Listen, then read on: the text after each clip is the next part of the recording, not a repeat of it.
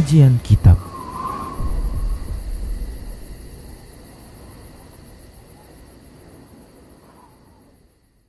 Bismillah. Assalamualaikum warahmatullahi wabarakatuh. Innal hamdalillah nahmaduhu wa nasta'inuhu wa nastaghfiruh. Wa na'udzu billahi min shururi anfusina wa sayyiati a'malina. May yahdihillahu fahuwal muhtad wa may yudlil falan tajida lahu waliyyan mursyida. Asyhadu la ilaha illallah wahdahu la syarika lah wa ashhadu anna Muhammadan abduhu wa rasuluh alladzi la nabiyya ba'dah. Wa qala Allah subhanahu wa ta'ala ya ayyuhalladzina amanu taqullaha haqqa tuqatih wa la tamutunna illa wa antum muslimun. Ya ayyuhalladzina amanu taqullaha wa qulu qawlan sadida yuslih lakum a'malakum wa yaghfir lakum dhunubakum wa may yuti'illaha wa rasulahu faqad faza fawzan 'azima. Ya ayyuhan nasu taqu rabbakumul ladzi khalaqakum min nafsin wahidah wa khalaqa minha zawjaha wa batha minhuma rijalan katsiran wa nisaa'a wattaqullaha alladzi tasaaluna bihi wal arham innallaha kana 'alaikum raqiba. Amma ba'du, nastaqal hadithi kitabullah wa khairal hadi hadi Muhammad sallallahu alaihi wasallam wa syarrul umur muhdatsatuha wa kullu muhdatsatin bid'ah wa kullu bid'atin dhalalah wa kullu dhalalatin finnar. Kaum muslimin dan kaum muslimat, hadirin dan hadirat azallahu wa iyyakum. Alhamdulillah kembali kita bertemu dalam kajian kitab Arba'un Haditsan fit Tarbiyati wal Manhaj, 40 hadis yang terkait dengan pendidikan dan manhaj. Ikhwah, kita sudah masuk ke hadis pagi hari ini. Insyaallah kita akan masuk ke hadis yang ke-7. Dan hadis ini Masya Allah hadis yang sangat masyhur. Hadis diriwayatkan oleh Imam At-Tirmidzi an Ummil Mu'minina Aisyah radhiyallahu anha, dari ibunya orang-orang mukmin Aisyah radhiyallahu anha, qalat, dia berkata, qala Rasulullah sallallahu alaihi wasallam, Rasulullah sallallahu alaihi wasallam bersabda, khairukum khairukum li ahli wa ana khairukum li ahli. Ini hadis sangat pendek, tapi hanya orang-orang yang Allah beri taufiklah yang bisa melaksanakannya. Rasulullah mengatakan khairukum. Khair artinya terbaik. Kalau sudah dikatakan khairukum, yaitu orang yang paling baik di antara kalian. Ikhwah, sebagaimana yang sudah sama-sama kita maklumi bahwasanya yang dikatakan baik adalah yang baik menurut penilaian syariat, dan yang dikatakan buruk adalah yang buruk dinilai oleh syariat. Karena tidak semua yang baik itu baik menurut syariat, baik menurut orang banyak. Dan tidak semua baik menurut orang banyak, baik menurut syariat. Oleh karena itu dalam masalah ini penilaian di sini adalah penilaian baik. Berarti standar kebaikan, dan kebaikan ini kebaikan yang memang diakui oleh syariat. Khairukum, orang yang terbaik di antara kalian. Artinya hadis ini bisa dijadikan sebagai standar penilaian seseorang atau standar penilaian diri sendiri, introspeksi diri sendiri. Apakah saya sudah termasuk orang yang dikatakan khairukum, sebaik-baik kalian? Tentu sebaik-baik kalian adalah kriterianya, sehingga apakah kita termasuk dalam kriteria tersebut ataukah tidak. Rasulullah mengatakan khairukum, dan sebaik-baik kalian adalah khairukum li ahli, adalah orang yang terbaik akhlaknya, terbaik sikapnya kepada keluarganya. Keluarga di sini istri, anak, kerabat, dan orang-orang yang ada yang dekat dengan sekitar kita, kerabat-kerabat terdekat, itu yang dikatakan ahl. Ya, itu yang dikatakan ahl. Kalau dikatakan ahlul bait, berarti dia adalah istri dan anak-anak. Itu yang paling inti, yang dikatakan ahlul bait. Kalau dikatakan ahlul baitnya Rasulullah, berarti seluruh istri-istri Rasulullah dan seluruh anak-anak beliau. Seluruh istri-istri Rasulullah adalah ya semua, termasuk Aisyah, Khadijah, Zainab, Hafsah, Sauda dan lain-lainnya. Radhiyallahu anhunna. Itu ikhwah, ya. Jadi kalau orang yang mengatakan mencintai ahlul bait Rasulullah, berarti mencintai semua istri-istri beliau, mencintai semua keluarganya. Hanya di sini ada sebagian seperti Syiah mengatakan dia mencintai, membela ahlul baitnya Rasulullah, tapi hanya mengikuti selera mereka. Mereka katakan membela ahlul bait Rasulullah, tapi mereka menghina Aisyah radhiyallahu anha.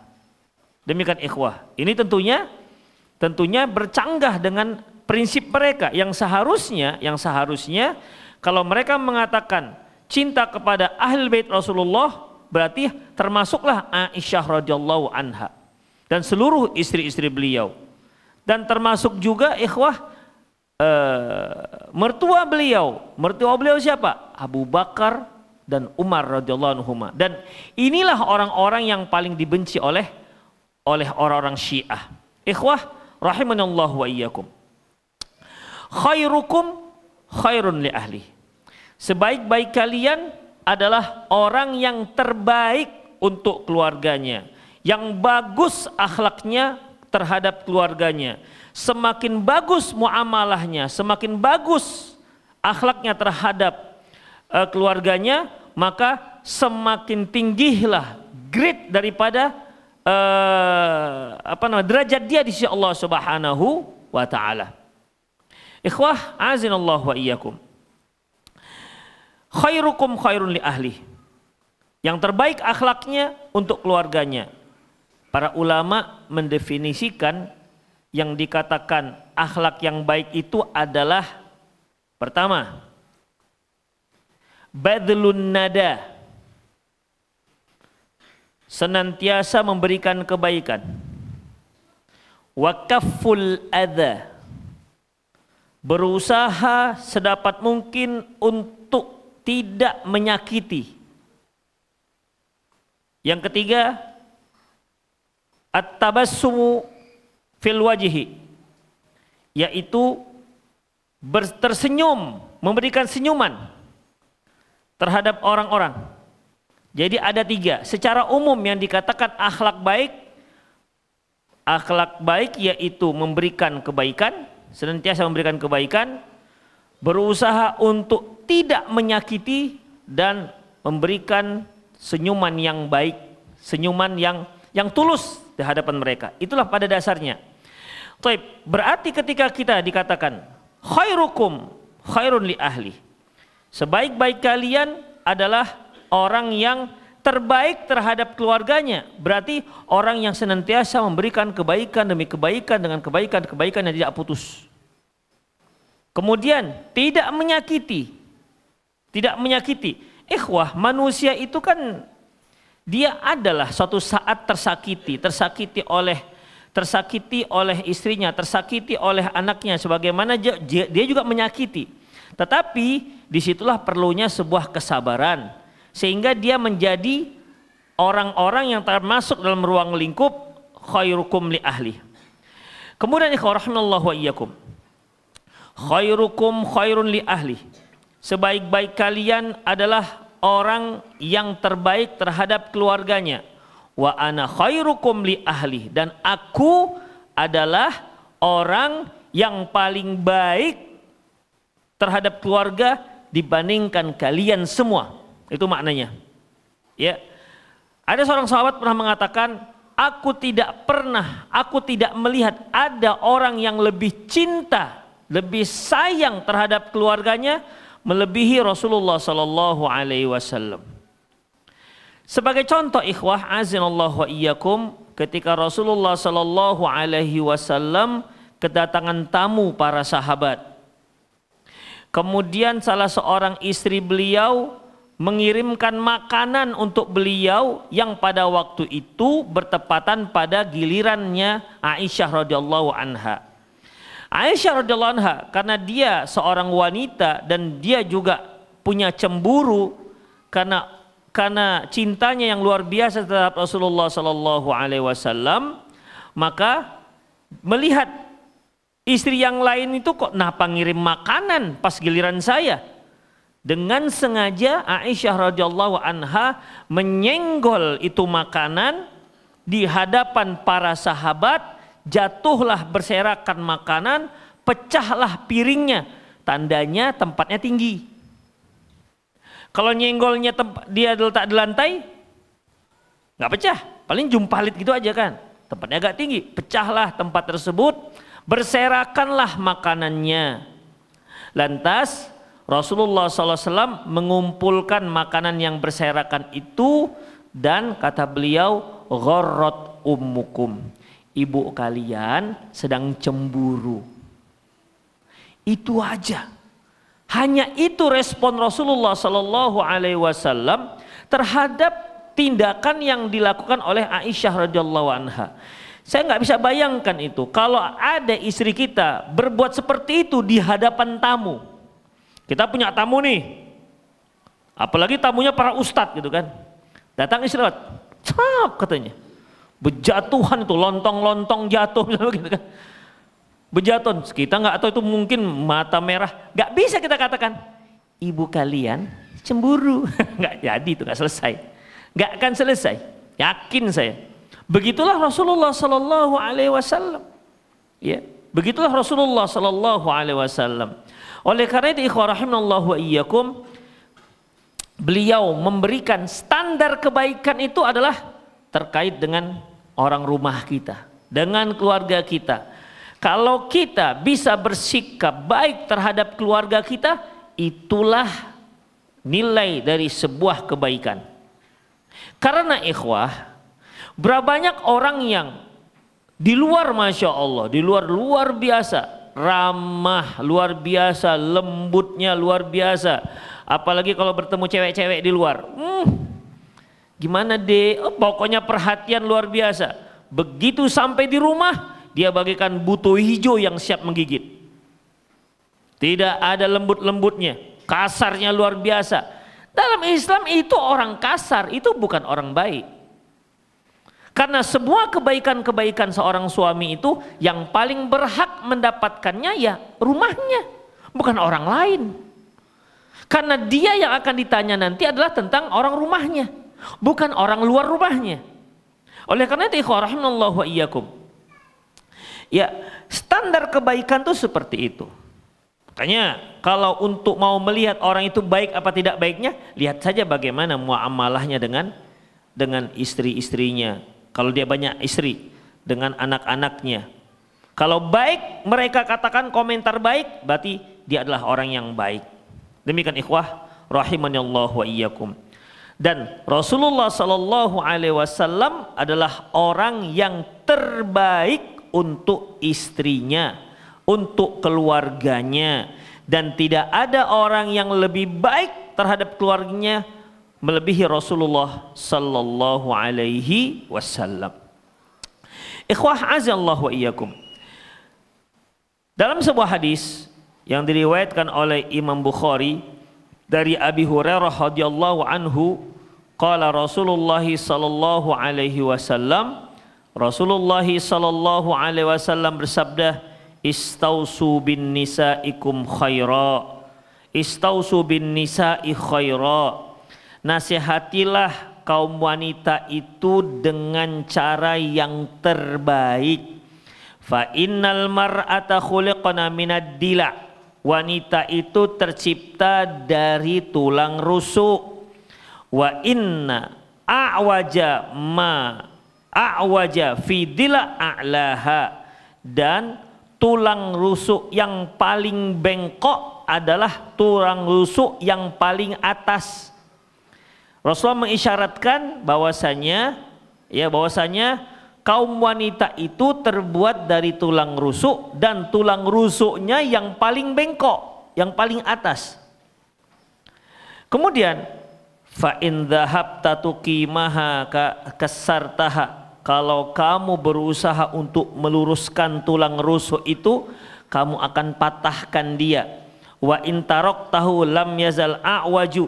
Kalau kamu biarkan, maka dia akan tetap bengkok. Fastausu bin nisa, maka bin nisa'i khaira, maka nasihatilah kaum wanita itu dengan cara yang terbaik. Artinya ikhwah, dalam menasihati kaum wanita, istri kita, anak-anak gadis kita, itu memang tidak sama dengan kita menasihati kaum laki-laki. Wanita ini terkadang membuat kita sebelnya minta ampun. Dia gemes, kita gemes, sebel, pokoknya kalau sewot luar biasa. Tapi disitulah seni kita berkeluarga. Kita nggak bisa juga bersikap terlalu tegas, apalagi keras. Kalau kita keras, dia patah.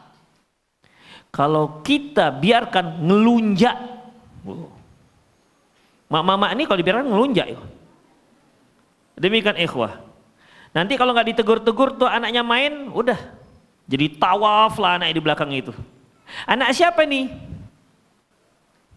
Macam nggak ada yang punya anak. Itu ikhwah. Jadi memang harus diingatkan.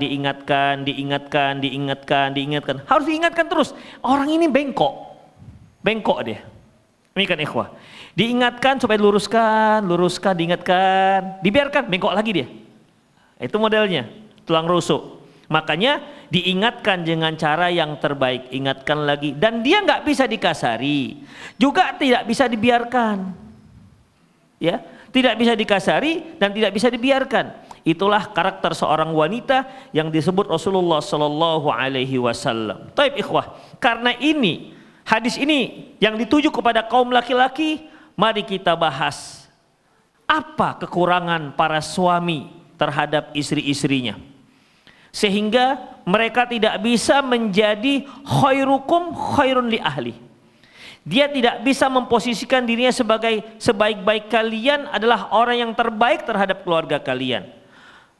Mungkin sebagian orang akan mengatakan yang terbaik, aku sudah terbaik untuk istri-istriku. Kenapa? Aku sudah berikan dia duit, berapa dia minta aku transfer, atau aku kasih ini ATM, nih Umi, Mama, Mami nih duit, silahkan makai, unlimited. Mungkin itu yang dia kira sebagai orang yang telah berbuat baik terhadap keluarganya. Ada yang mengira berbuat baik pada istrinya terserah, bebas, mau sebebas-bebasnya. Mau pergi jam berapa terserah, mau pergi dengan siapa terserah. Nggak ada batasan, nggak ada aturan. Dia menganggap itu merupakan sebuah kebaikan yang telah dia berikan kepada istrinya. Ikhwah, perlu kita ketahui bahwasanya di awal tadi telah kita tekankan, yang dikatakan baik adalah baik menurut penilaian syariat, dan yang dikatakan buruk adalah buruk menurut penilaian syariat. Makanya kita tidak bisa menjadi orang yang terbaik kalau kita nggak mengerti syariat. Nggak bisa. Kita nggak bisa jadi orang yang terbaik kalau kita nggak mengerti apa saja yang harus kita lakukan terhadap keluarga kita itu. Terkadang saking cintanya kita dengan anak-anak kita, apa yang diminta anak kita, kita kasihkan. Minta apa, kasihkan, terpenuhi. Kita manjakan semanja-manjanya. Kita menganggap itulah yang sebagai yang terbaik. Itulah sebagai ungkapan kasih sayang. Demikian ikhwah. Ada yang tegas melebihi batas. Dia menganggap ini semua demi kebaikan anak-anak. Ini semua demi kebaikan istri. Sehingga dia saking tegasnya supaya mereka tidak melawan, supaya mereka tidak menyelisih aturan, maka main pukul misalnya. Karena takut, mereka takut melawan. Lawan sedikit pukul, lawan sedikit terjang, begitu. Akhirnya jadilah mereka orang-orang yang taat, tapi taat dalam ketakutan. Dianggap inilah sebuah kebaikan. Oleh karena itu ikhwah, azallahu wa iyyakum, kita perlu tahu sebenarnya apa yang harus kita ketahui dalam bersikap kepada keluarga kita, terutama pada istri kita, terutama pada istri kita. Kenapa saya katakan istri-istri? Kenapa? Karena saya pakai kalimat kita. Itu dia. Karena saya pakai kalimat kita. Antum bersama saya masih khawatir ini. Itu pertanyaan sedikit saja sebenarnya. Baik, kita lanjutkan. Apa sih yang perlu kita koreksi dari kita sebagai seorang suami yang perlu diperbaiki agar kita menjadi khairukum li ahli. Sebaik-baik kalian adalah seorang yang terbaik terhadap keluarganya. Ikhwah, yang pertama yaitu ta'limuz zaujah dinahu. Ajarkan istri agamanya. Ajarkan istri agamanya.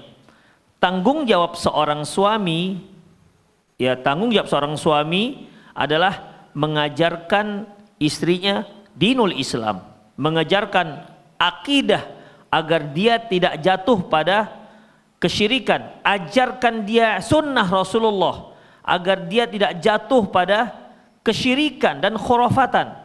Maka itu merupakan tanggung jawab seorang suami. Dalam sebuah hadis Rasulullah menyebutkan nanti di hari kiamat seorang istri akan menuntut suaminya. Apa katanya? Ya Allah, suamiku ini hari-hari suamiku ini hari-hari hanya membawakan roti dari pasar, tapi dia tak pernah mengajarkanku Al-Quran, gak pernah mengajarkanku agama Islam. Dituntut oleh istrinya. Padahal masalah dunianya berarti amannya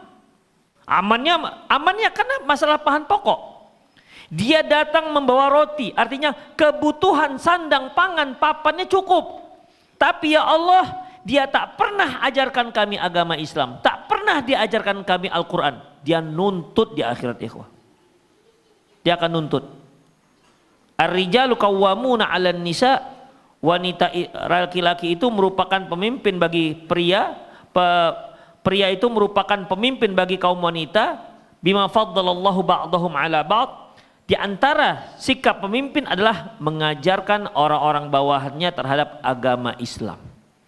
Maka ini satu hal yang sangat penting, ikhwah. Ini yang sangat urgen. Diajarkan istri tauhid, diajarkan istri sunnah Rasulullah SAW, diajarkan anak-anak agama Islam, akhlak yang Islami itu bagaimana. Karena kalau tidak diajarkan, Allah Subhanahu wa taala akan meminta pertanggungjawaban kita. Dan mereka pun akan menuntut kepada Allah, ya Allah, ayahku nggak pernah ajarkan aku agar adab. Suamiku tidak pernah ajarkanku adab Islam, tauhid dan seterusnya. Demikian ikhwah. Berarti seorang suami harus faham tentang dinul Islam. Bagaimana kalau si suami itu nggak pandai ngomong? Istrinya lebih pandai ngomong, dan saya kira banyak. Ya, menurut abang, sholat itu begini, Dik. Oh, istrinya lebih pintar. Masih 2 kalimat dikeluarkan istrinya. Istrinya mensyarah sampai 2 halaman. Demikian, itu bagaimana? Ikhwah, yang namanya ilmu itu kan memang bertingkat-tingkat. Jadi bagaimana? Ajak dia ngaji. Itu ikhwah. Ajak dia ngaji. Kalau antum tidak punya kesempatan untuk mengajari dia, ajak dia ngaji. Demikian. Ketika antum sempat, temani dia ngaji. Itu ikhwah. Antum mau belajar apa nih? Ngajarkan dia tauhid. Cari di mana tempat pengajian yang membahas tentang tauhid. Itu cara mengajari jika antum tidak mengetahui bagaimana cara mengajarkannya. Biar dia duduk. Akan lebih afdol yang antum punya anak kecil, antum pegangkan anak antum itu. Jangan antum biarkan anak 3, 1 pangku kiri, kanan, 1 nyusu, kemudian nanti dek pulang pengajian nanti abang tes ya. Apa yang mau dites? Anak 3 kecil-kecil. Demikian. Kasih dia kesempatan, nggak usah lama aja, 1 kali dalam 1 minggu. Kasihkan dia konsentrasi untuk belajar. Demikian ikhwah. Jangan 1 minggu pun antum berikan dia anak-anak semua. Antum yang mengelola itu anak-anak. Sekali aja dalam seminggu, insya Allah berpengaruh. Tapi tak dikasih tahu, mama-mama ini pun kalau nggak dikasih tahu, walaupun nggak ada anak-anaknya, nggak sibuk anak-anaknya, dia sibuk juga di belakang itu. Tahu sibuk apa? Hah? Kemarin saya bilang ke panitia Masjid Muwahhidin, saya kepingin HP saya dikonekkan dengan CCTV. Jadi kalau saya ngajar, saya di sini ada CCTV. Tengok mama-mama tuh ngapain. Kepinginnya saya gitu. Itu ibu-ibu ngapain tuh? Bisa tengok di sini. Pinginnya gitu, tapi belum diinstal. Sudah saya minta kemarin. Demikian ikhwah rahimanallah wa iyyakum. Itulah dia. Jadi mengajarkan istri kita, anak-anak kita ilmu agama. Caranya banyak, ngajak ngajak ngaji, belikan buku dan seterusnya. Terlalu banyak cara-caranya. Yang kedua, di antara kekurangan para suami yang tadi itu tidak mengajarkan ilmu agama. Yang kedua, yaitu talmasuz zallat, suka mencari-cari kesalahan. Emang ada jenis suami itu dia cari-cari kesalahan istrinya. Setelah dicari-cari kemudian diulang-ulang. Misalnya, kalau yang namanya manusia dicari-cari kesalahannya itu pasti ada. Kita itu bukan malaikat, sehingga tinggal kita kapan menemukan kesalahannya. Karena kesalahan itu pasti ada. Misalnya ini dalam ruangan segini, kita pastikan benda itu ada di sini, tercecer. Tapi kita nggak tahu di mana, kan tinggal dicari. Suatu saat pasti akan dapat, tapi kita tahu tempatnya ya. Demikian ikhwah. Sama dengan manusia. Manusia itu tempat salah. Rasulullah mengatakan, kullu bani Adam khata'un wa khair khata'in at-tawwabun. Setiap anak Adam itu salah dan orang yang terbaik yang salah adalah yang bertaubat. Berarti kita para suami pasti ada salah. Mereka para istri apalagi lebih banyak salahnya mungkin. Tapi kalau dicari-cari maka dia akan lebih banyak lagi. Di antara kekurangan para suami yaitu mencari-cari kesalahan istri. Hari pertama, Dek, ini kepedasan. Salah, abang nggak suka pedas. Tukar menu. Besoknya, Dek, kemanisan. Ya begitu, ya. Dek, ini kenapa lantai kok kotor? Kenapa piring kok belum dicuci? Anak-anak kenapa belum mandi? Banyak sekali ikhwah. Kalau mau kita koreksi. Karena kan tugas dia semua itu. Tugas dia semua. Jadi kalau kita cari-cari kesalahannya, pasti banyak ikhwah. Ya, pasti itu banyak yang bisa kita temui. Di antara ikhwah larangannya, naha Rasulullah SAW ayyatruqa rajulu ahlahu lailan. Rasulullah Shallallahu Alaihi Wasallam melarang seorang suami itu pulang malam-malam dengan cara tiba-tiba, gak boleh. Kenapa demikian ikhwah? Ya, ada dua kemungkinan. Pertama, dia sengaja pulang malam-malam tanpa ada berita karena mencurigai sang istri. Itu kemungkinan pertama. Kemungkinan kedua, pulang malam-malam karena surprise. Ketika Anda ingin menjadikan kedatangan Anda surprise, dan jangan salah juga kalau yang ternyata Anda lihat surprise juga. Namanya sama-sama surprise. Supaya surprise, ternyata begitu datang, Masya Allah, rumah berantakan, istri bau amis. Bau amis bukan karena dia nggak mandi, punya anak bayi, kencing di sini kan gitu kan. Kalau kita gendong anak bayi kencing, kan gitu, ya kan, langsung sterilisasi. Mereka mana bisa begitu? Demikian ikhwah. Jadi dalam keadaan amis, alhamdulillah sekarang mama-mama pakai pampers.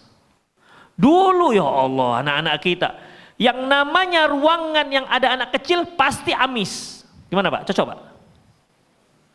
Hah? Bau pesing. Bukan amis ya? Oh ya pesing, maaf, pesing. Yang namanya kamar yang ada anak kecil pasti bau pesing. Kalau sekarang iyalah wangi, itu pun kalau wangi dia. Pampers, dikit pampers, nah gitu kan. Demikian ikhwah, nggak sanggup letaknya di tong sampah, letaknya di mana? Pintu masjid, gitu kira-kira. Gitu. Kenapa? Dia bukan kenapa, lupa. Demikian ikhwah rahimanallah wa iyyakum. Jadi dalam masalah ini ikhwah azallahu wa iyyakum, ya, jangan mencari-cari kesalahan, tidak dibolehkan, ya. Jangan mencari-cari kesalahan karena pasti akan mendapatkannya. Jadi baik dua motivasi, yaitu untuk karena curiga dengan istrinya, jangan-jangan ada laki-laki ini dibawanya ke dalam. Yang kedua atau surprise, dan siap-siap juga kalau ternyata kita juga mendapatkan surprise yang lebih surprise dari surprise kita. Demikian ikhwah, ya, siap-siaplah untuk itu semua. Oleh karena itu Rasulullah melarang, baik karena tujuan pertama maupun tujuan kedua itu sama-sama terlarang. Antum jangan banyak-banyak lihat video yang ketika bertemu bayangan tuh indah, surprise ketemu, pelukan, itu yang indah-indahnya ikhwah. Yang datang ketemu terkejut, sudah lama gak ketemu, surprise, itu yang indah-indahnya. Yang surprise kemudian berantem itu nggak disebutkan di situ. Demikian. Ketika Rasulullah SAW melarang, itu berarti banyak hikmahnya, ya.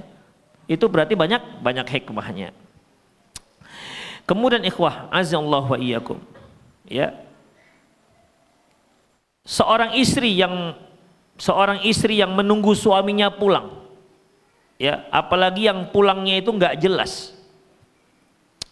Itu mereka sudah membersihkan rumah, anak-anak sudah oke, sudah dimandikan. Harapannya itu adalah ketika suami pulang, anak-anak bersih, dia pun wangi, sudah dandan, rumah juga bersih. Itu harapannya.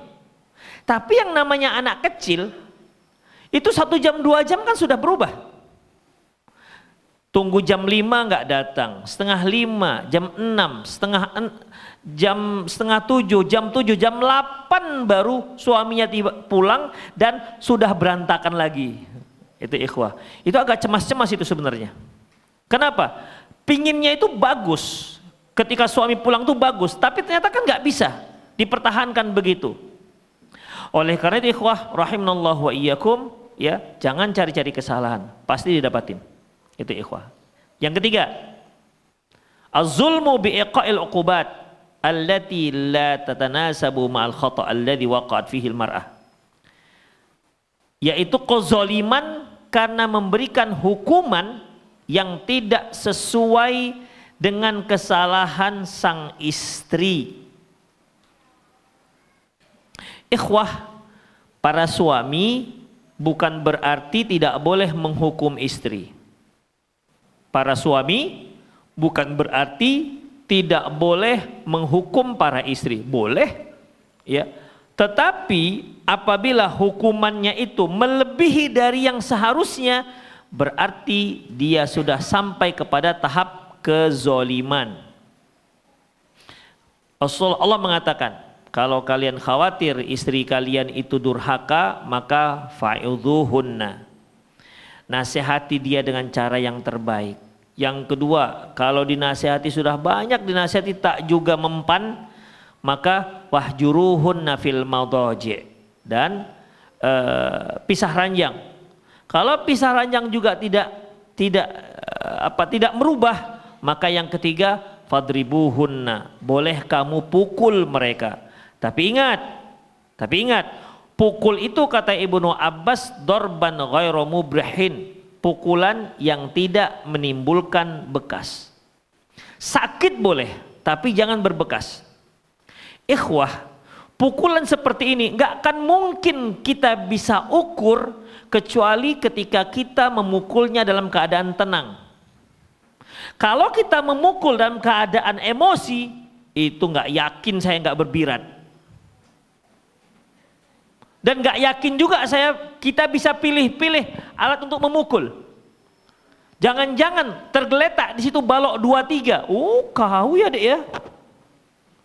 Namanya juga emosi. Demikian. Atau adalah di situ dapat rotan, sabet rotan, ikhwah kalau dari belakang gini kan, syung gitu kan, bus panjang, haram hukumnya, zolim, nggak boleh. Jadi ketika kita mau hukum dengan hukum pukulan, tenang dulu, tenang, jangan emosi, baru pukullah dia. Demikian ikhwah. Sama dengan anak-anak kita. Kita boleh mukul anak-anak, boleh. Mendidik dengan cara memukul, boleh. Tapi memukul itu merupakan pamungkasnya, hukuman pamungkas. Hukuman fisik itu pamungkas, ikhwah. Islam itu tetap edukasinya itu penyadaran diri, ya, kemudian penjelasan, nasihat dengan cara yang terbaik, dengan lembut. Karena sebenarnya orang itu akan berubahnya akan lebih baik kalau berubahnya memang dari hati, bukan dikarenakan takut. Kalau hukuman fisik itu kan takut.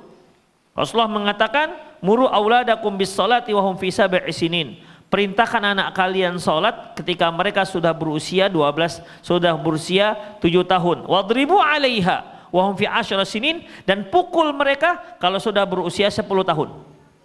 Pukul mereka kalau mereka sudah berusia 10 tahun. Di situ ada pukul. Tapi ingat, baik ibu maupun bapak, kalau mau sudah sampai pada tahap pukul, jangan pukul ketika kita sedang emosi. Ketahuilah, kalau kita memukul dengan niatnya sih mendidik, tapi dengan emosi, ikhwah, itu sama artinya kita sedang melampiaskan emosi kita. Itu enggak mendidik. Makanya berapa banyak anak-anak itu ketika dia mendapat hukuman pukul, bukan malah memperbaiki, tapi membuat dia semakin kasar.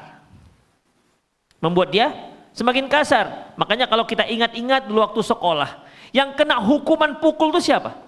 Pasti itu aja orangnya. Itu aja orangnya. Yang bolos dia, yang terlambat dia, yang ganggu dia. Kalau sudah kena hukuman, dia selalu termasuk. Tidak menjadikan sebagai ibroh. Kenapa ikhwah? Karena jiwanya sudah kasar. Bagi dia hukuman fisik tidak ada masalah. Oleh karena itu jangan sampai kita jadikan anak kita seperti itu. Silakan hukum pukul jika memang pantas, tapi ingat, bukan dalam keadaan emosi. Kalau dalam keadaan emosi kita pukul, maka bisa yang terjadi melebihi dari yang seharusnya, dan itu zolim, dan dia akan menuntut kita nanti di hari akhirat. Itu yang kita khawatirkan. Kalau dia nggak nuntut, ya sudahlah, aman lah kita. Kalau di dunia nggak akan nuntut lah mereka, tapi di akhirat nuntut gimana? Itu yang harus kita perhatikan. Demikian ikhwah, ya. Di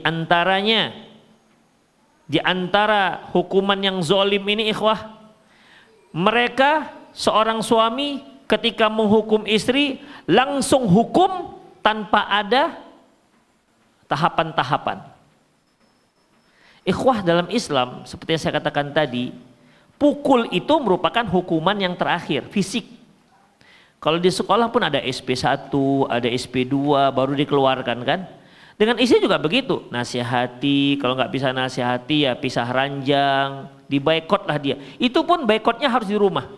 Di luar nggak boleh, harus di rumah saja. Misalnya kita nggak cakapan dengan istri, boleh nggak kita nggak cakapan dengan istri? Boleh nggak ikhwah? Hah? Kita boikot dia, kita nggak mau cakapan dia, makan aja, gitu. Boleh nggak? Boleh. Ibu-ibu boleh nggak nyakapi suami? Apa katanya? Boleh nggak bu? Yang betul. Padahal sering mama-mama ini lebih sering nggak nyakapin suami ketimbang suami nggak nyakapin istri. Iya ikhwah. Kalau saya udah nggak usah ngomong lagi lah. Gitu. Mereka lebih sering nggak nyakapin suami. Seharusnya kan suami nggak nyakapin istri kan? Tapi kenyataannya itu para mama-mama ini yang lebih sering nggak nyakapin suami. Memang masak-masak juga. Ini bang ya. Gitu. Nggak bilang apa-apa. Tapi piring itu agak dimpas-pas sedikit. Menunjukkan jengkel. Ya kita ketahuan, kita kan punya perasaan juga. Marah ini. Gitu. Antum juga kalau begitu responnya jangan terprovokasi, jangan bentak aku pun bisa, ambil TV aku pun bisa. Jangan, antum merugi sendiri. Jangan terprovokasi. Demikian. Ini cuman piring empas-empas sedikit gitu aja kan. Awak juga bisa. Gak begitu. Demikian ikhwah. Ya, ibu-ibu jangan sering-sering gak nyakapin suami. Sekali-sekali boleh bu? Enggak juga. Jadi salah satu kekeliruan para suami ini menghukum, belum ada nasihat, belum ada tahapan-tahapan, itu sudah tiba-tiba main pukul. Ya, tiba-tiba main pukul. Dan memang ada, walaupun Allahu alam banyak atau tidaknya, tapi memang ada suami-suami yang seperti ini. Ya, suami-suami yang memang main pukul, KDRT. Demikian ikhwah. Rasulullah sallallahu alaihi wasallam mengatakan, "Istausu bin nisaikum khaira fa innama hunna awanun 'indakum." Kata beliau, nasihatilah istri kalian dengan cara yang terbaik, karena mereka itu tawanan kalian. Mereka itu tawanan kalian. Ikhwah, gimana kalau tawanan? Tawanan itu kan suka-suka diperlakukan oleh orang yang menawan. Ada musuh kita tawan, serah kita. Mau kita suruh dia guling-guling, mau kita suruh dia push up, mau suruh dia manjat apa, dia kerja apa, tawanan. Demikian ikhwah. Jadi kata beliau, nasihatilah dengan cara yang terbaik. Mereka itu tawanan kalian. Makanya ikhwah, lebih banyak, bahkan terlalu banyak suami yang menzolimi istrinya ketimbang istri yang menzolimi suaminya. Ada memang istri yang menzolimi suaminya, tapi umumnya suami, karena dia yang kuat. Secara fisik, suami jauh lebih kuat ketimbang istrinya, walaupun ada juga istri yang lebih kuat dibandingkan suami. Ya mungkin dia seorang istri semasa mudanya dia main judo, taekwondo, begitu dia mau dihukum suaminya naik kakinya, set, bocor sini. Bisa ikhwah, karena refleks, namanya refleks kan, refleks. Demikian ikhwah. Jadi dalam masalah ini ya hati-hati. Ibu-ibu yang punya jurus jingkang Medan misalnya gitu kan, hati-hati, jangan gunakan itu pan suami, hati-hati itu, tahan-tahan itu jurus-jurusnya itu, ya, karena itu berbahaya kalau refleksnya. Nah itu nggak boleh tentunya. Suami boleh nggak mukul istri? Boleh. Kalau istri boleh nggak, misalnya, bang, sholat bang, ntar lagi lah dek, bang, sholat. Bang sholat, bisa boleh? Kalau nggak mau sholat dia, abang nggak sholat ya, tumbuk kan abang nanti. Sholat bang, sholat. Yal deh.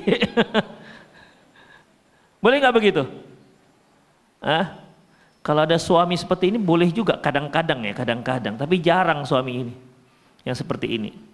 Demikian ikhwah, Allahu a'lam bishawab. Baik. Kemudian selanjutnya ikhwah, ada lagi di mana hukumannya sudah main usir aja. Keluar kau dari rumah ini, keluar. Demikian ikhwah. Jadi dikit-dikit salah, keluar. Dikit salah, keluar. Ngusir dia. Demikian ikhwah. Ini juga satu kesalahan, ya, tanpa ada alasan syariat. Kenapa nggak masak? Sakit bang, keluar. Wow. Sedih kali, kemana abang adik mau keluar bang? Terserah. Namanya juga suami lagi emosi. Ya, dikit-dikit keluar, usir. Demikian ikhwah. Ya. Padahal Allah mengatakan dalam surah At-Talaq ayat 1, la tukhrijuhunna, ini sepertinya bukan ayat 1 ini. La tukhrijuhunna min buyutihinna wa la yakhrujna illa ayyatina bifahishatin mubayyinah. Janganlah kalian mengusir mereka dan janganlah mereka sporing dari rumahnya. Ya, itu peraturan nih. Seorang suami ketika marah dia nggak boleh ngusir istrinya. Dan suami istri pun ketika ngambek jangan main angkut koper aja. Mentang-mentang banyak koper travel di rumahnya, main angkut aja. Tiba-tiba ada sporing aja. Assalamualaikum, gak ada orang. Dek, Assalamualaikum, gak ada orang. Siapa bang? Ini istri saya. Oh tadi saya tengok bawa 3 koper dia. Berarti pergi nih. Demikian ikhwah. Si istri pun kalau sudah seperti itu, ikhwah, kemana perginya biasanya? ke rumah orang tuanya. Tapi setelah dia tinggal di rumah orang tuanya seminggu, 2 minggu, apa yang diharapkannya? Nah itu dia. Itu mainnya mereka tuh kayak gitu. Kita sebagai laki-laki digitukan. Dia pergi sendiri ya pulang sendiri kan gitu ya. Enaknya kan gitu kan. Dia pergi sendiri ya pulang sendiri sana. Siapa suruh dia keluar? Demikian. Tapi nggak kayak gitu logika mereka. Mereka itu walaupun mereka yang pergi sendiri minta dijemput. Itu dijemput. Udah 3 minggu gak telepon ya abang ya. Gitu. Assalamualaikum ya dek. Gak jemput bang. Oke, abang jemput. Demikian. Ada suatu kisah lucu. Kisah ustaz-ustaz kita lah. Jadi suaminya nikah lagi. Diam-diam. Jadi istrinya mulai curiga. Abang nikah lagi ya bang? Hah? Gitu aja dia. Dia nggak katakan enggak, hanya hah? Ini tapi antum jangan apa ya, jangan tiru ya. Ini hanya untuk orang-orang yang apa namanya, yang ahli melakukannya. Yang ahli. Abang nikah lagi ya? Hah? Bener nih, abang jangan bohong, nikah lagi ya? Hah? Dia nggak ada bilang apa-apa, nggak bilang iya, nggak bilang hanya aja. Hah? Kesel kan istrinya? Kesel istrinya, cabut dia. Ambil koper cabut. Sebulan 2 bulan teleponnya suaminya, bang nggak jemput? Oke dek, abang jemput. Habis masalahnya. Demikian ikhwah. Tapi begitulah dia. Cara berpikir mereka dengan kita tuh beda. Ya. Cara pikir mereka dengan kita tuh beda. Mereka itu bisa kalau bicara lama begitu. Ikhwah, saya kalau ditanya sama mama mau telepon, itu siap mendengar 1/4 jam. Itu dia aja ngomong. Iya bu, ya sabar ya bu, ya siap. Ya begitu, dia yang ngomong. Demikian, ujung-ujungnya tahu apa antum, ikhwah? Nasihatnya, sabar ya bu, ya ustadz. Itu aja, nggak banyak-banyak. Demikian, makanya antum kalau istri antum mau dia bicara, selagi dia mau bicara dengan antum, dengarkan aja udah. Jangan katakan, udahlah cepatlah sedikit bicaranya. Jangan, biarkan aja.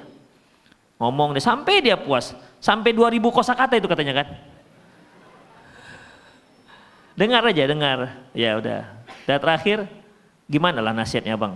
Sabar ya adik ya. Iya bang ya, sabarlah kita seharusnya. Dia udah tahu jawabannya sebenarnya. Itulah ikhwah rahimanallah wa iyyakum. Ya jadi, ya dalam masalah ini berbeda. Makanya kan biasa kalau istri, mungkin banyak lah, bukan semua. Dia ngechat suaminya gini itu, tengok bawah masih bersambung yang apa? Yang tulisan biru bersambung lagi di bawah gitu. Kita bacanya pun kadang-kadang capek. Tanggapannya biasanya kita kan bisa, Masya Allah. Itu pun cari stiker kan. Kita nggak mau ngetik tuh, cari stiker, Masya Allah. Gitu. Itu sebenarnya. Kita nggak bisa juga. Jadi begitulah mereka, mau gimana lagi. Itulah dia ikhwah. Tapi dengan begitu itu banyak menyelesaikan masalah dirinya sendiri. Oleh karena itu ikhwah, ya jangan mudah mengusir istri. Jangan. Ya, mendingan banyak nasihat. Ketiga, kesalahannya, maksudnya kesalahan dalam hukuman, yaitu memukul wajah. Ini haram hukumnya. Semarah apapun kita, maka haram hukumnya memukul wajah.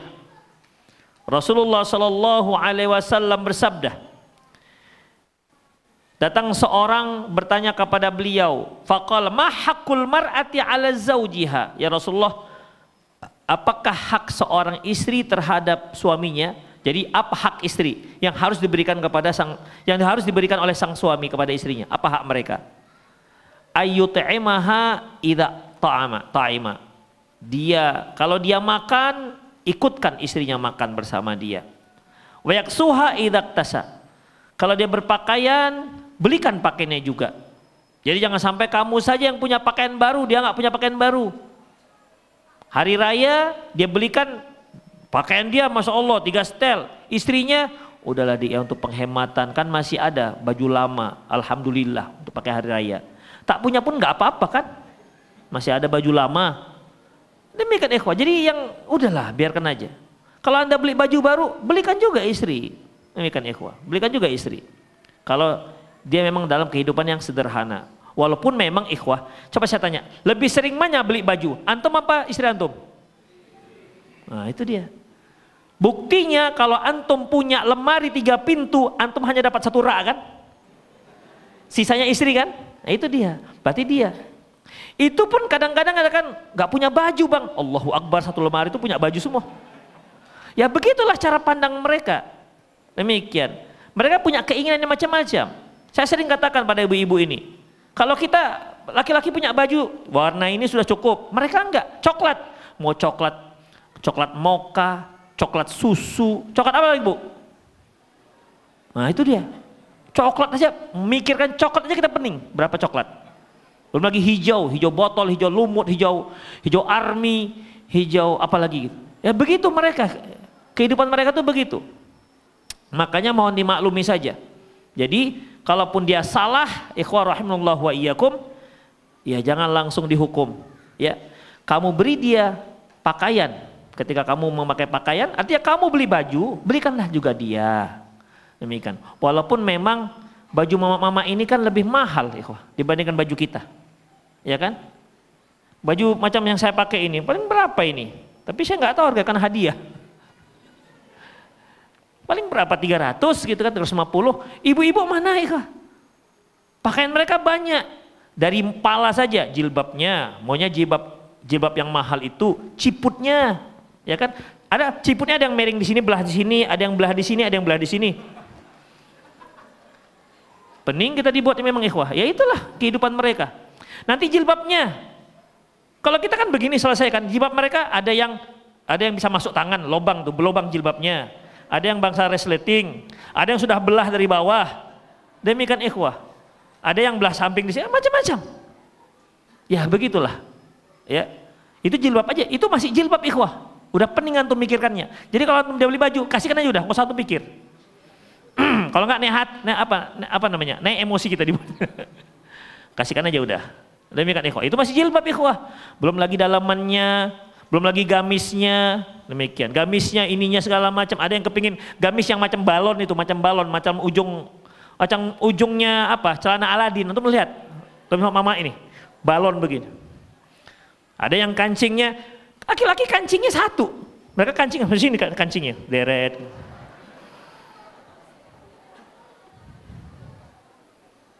Ya begitu, gimana lagi? Dunia mereka tuh begitu. Jadi ikhwah rahimanallah wa iyyakum, belikan mereka baju ketika kalian pakai baju. Wala yadribul wajah, jangan pukul wajah. Wala tuqabbih, jangan mencela.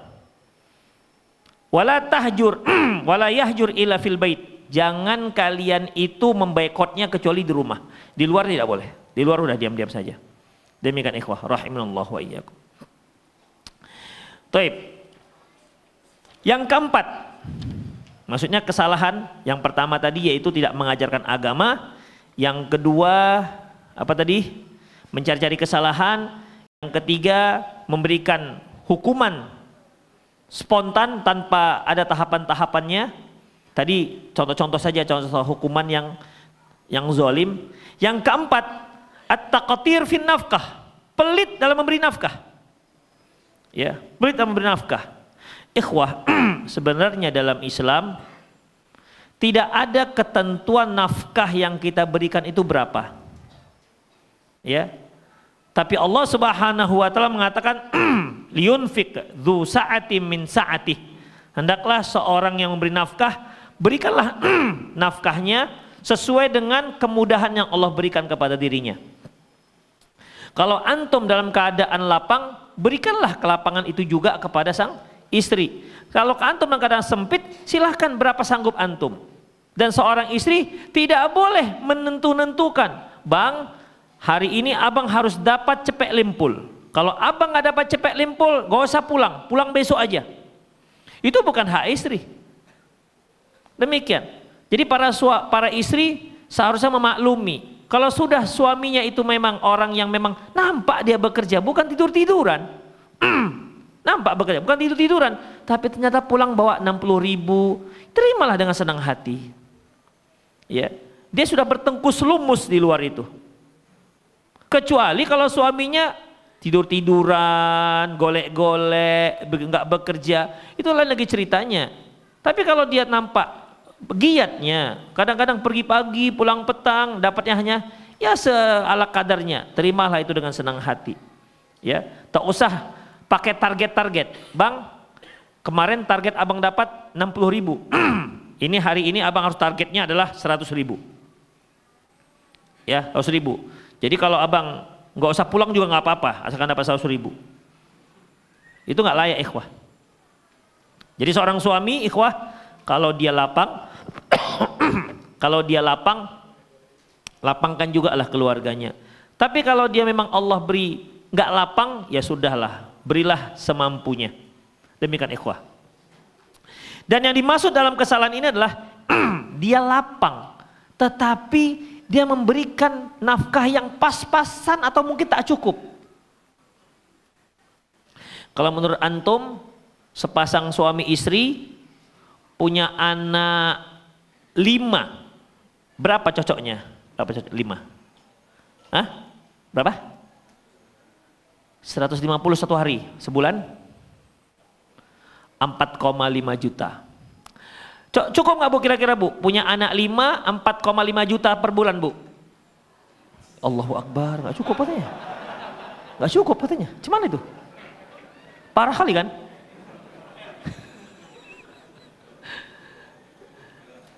Gini Bu. Gini. Sebagai penengah ya. Kalau seandainya suami ibu emang sanggupnya segitu, cukup-cukupkan lah ibu ya. Cukup-cukupkan. Demikian. Sebab kalau masalah batas atas, memang batas atas tuh nggak ada ibu. Antum punya gaji 3 juta cukup. Naik jadi 5 juta, kira-kira cukup nggak? Cukup. Naik jadi 10 juta? Cukup, semua cukup. Ibu-ibu ini semua cukup kan dia? Demikian. Naik harga-harga makanan, bang naik harga makanan. Dia kasih tahu dengan kita, dia update-nya, harga-harga pada naik bang. Tapi ketika harga turun, dia nggak cerita dengan kita biasanya. Nggak cerita dia. Demikian, harga naik aja, setiap naik langsung dia, bang naik harga. Demikian ikhwah. Ya, jadi dalam masalah ini ikhwah rahimanallahu wa iyyakum, apa kata Allah Subhanahu wa taala dalam surat Furqan ayat 67? Walladzina anfaqu lam yusrifu wa lam yaqturu wa kana baina dzalika qawama, yaitu mereka yang apabila memberi, menginfakkan, lam yaqturu, tidak pelit, tidak berlebihan dan juga tidak pelit. Wa kana baina dzalika qawama, dan dia di antara keduanya. Itu ikhwah. Jadi antum juga tidak boleh memberikan terlalu royal. Dik, maaf Dik, ini ada duit 300 juta, tolong ya Dik ya, habiskan 2 minggu. Wah keren juga itu ya. Minta tolong abang, tolong habiskan 3 minggu. Tapi jarang ini biasanya. Ada, tapi jarang. Demikian ikhwah. Ya. Jadi dalam masalah ini juga jangan pelit. Anak 3 ngasih uang belanja 2 juta. Udah dikasih 2 juta, Dik tolong ini Dik ya, belikan abang pulsa yang cepek limpul. Udah kurang lagi. Terus tuh token kita mau habis Dik, udah bunyi-bunyi, nanti beli ya Dik ya. Masya Allah.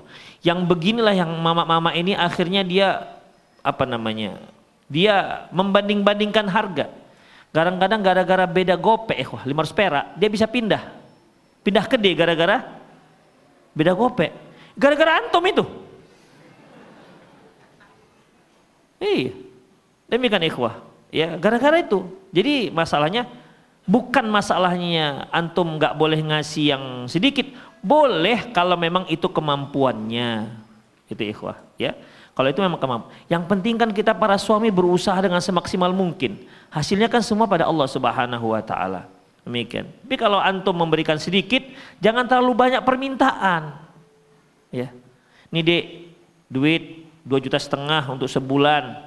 Dek, tolonglah Dek, tiap hari Senin rendang ya. Allahu Akbar. Terus bang, terus, apa lagi bang? Gitu. Gak usah request, biar dia yang ngatur. Karena kita tahu itu nggak cukup. Gimana kalau seandainya seorang istri tahu suami ini punya duit tapi pelit?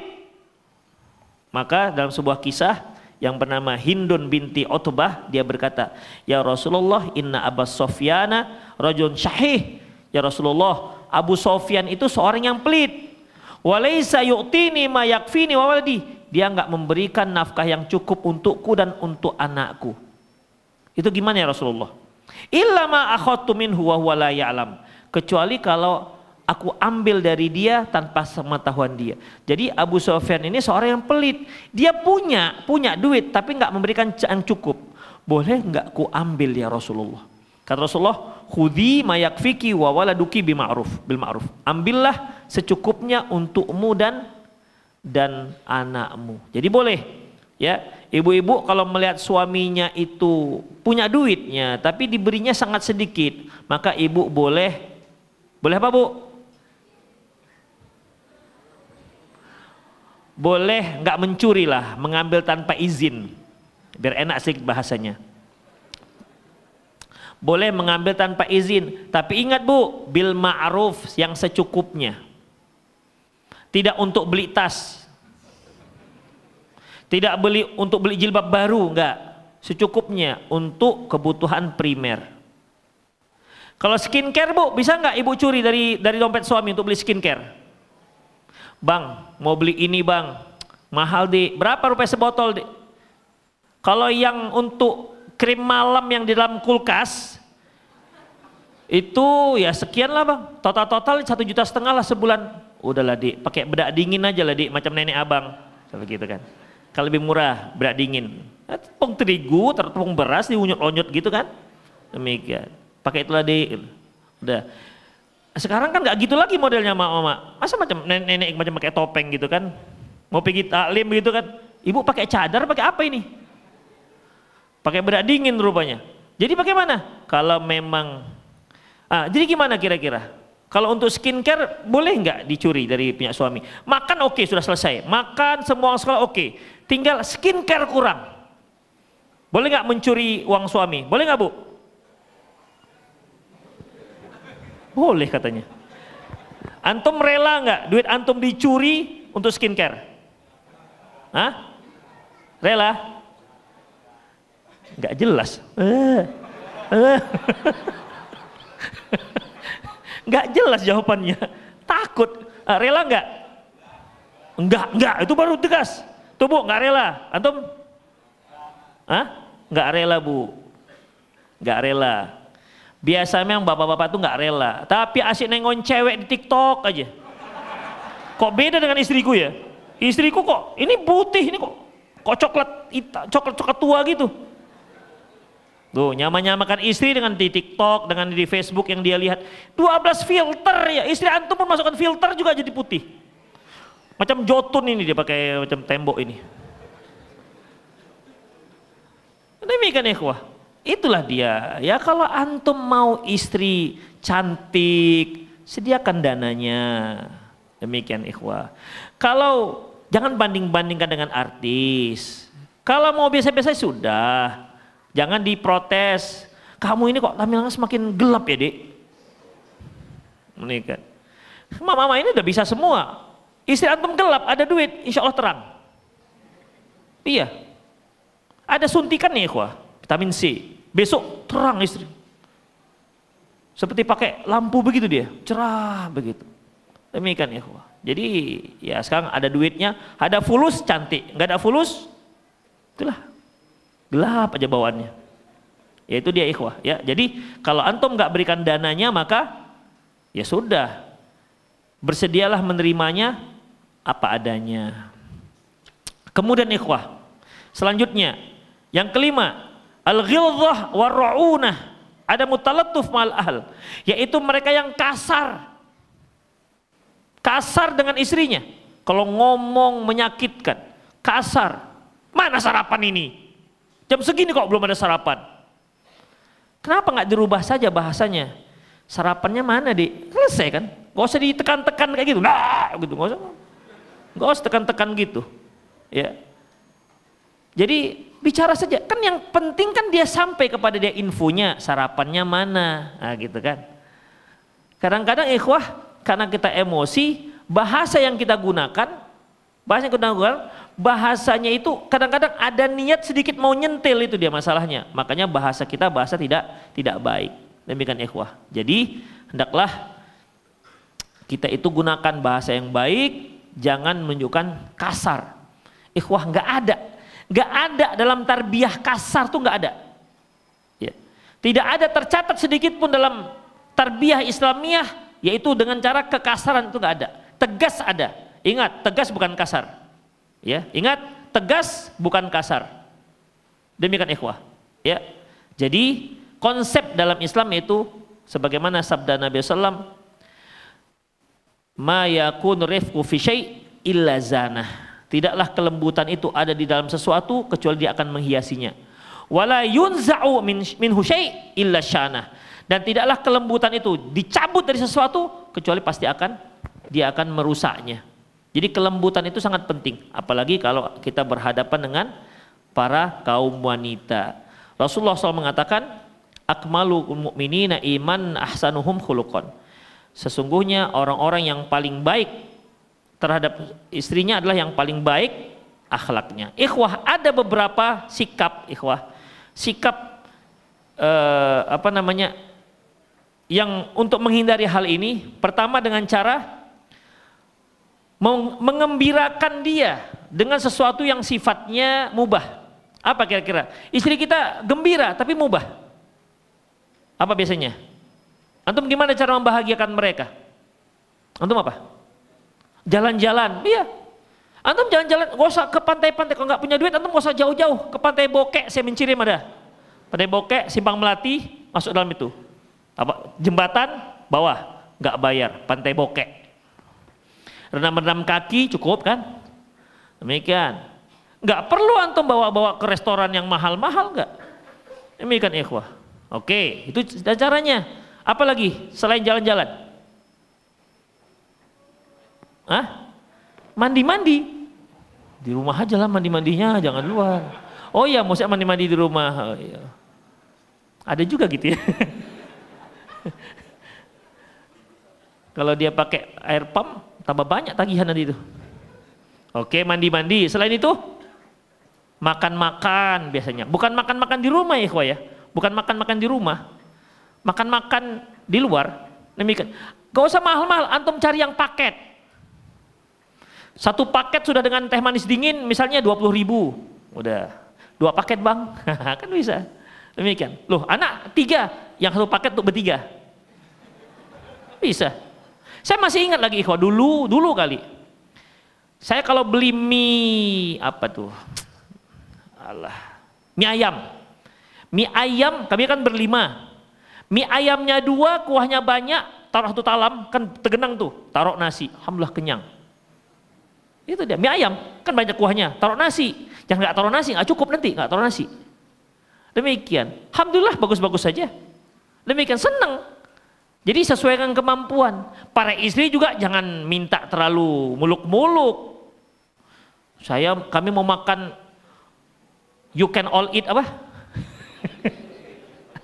All can you eat. Suaminya nggak punya duit, jangan itu yang diminta.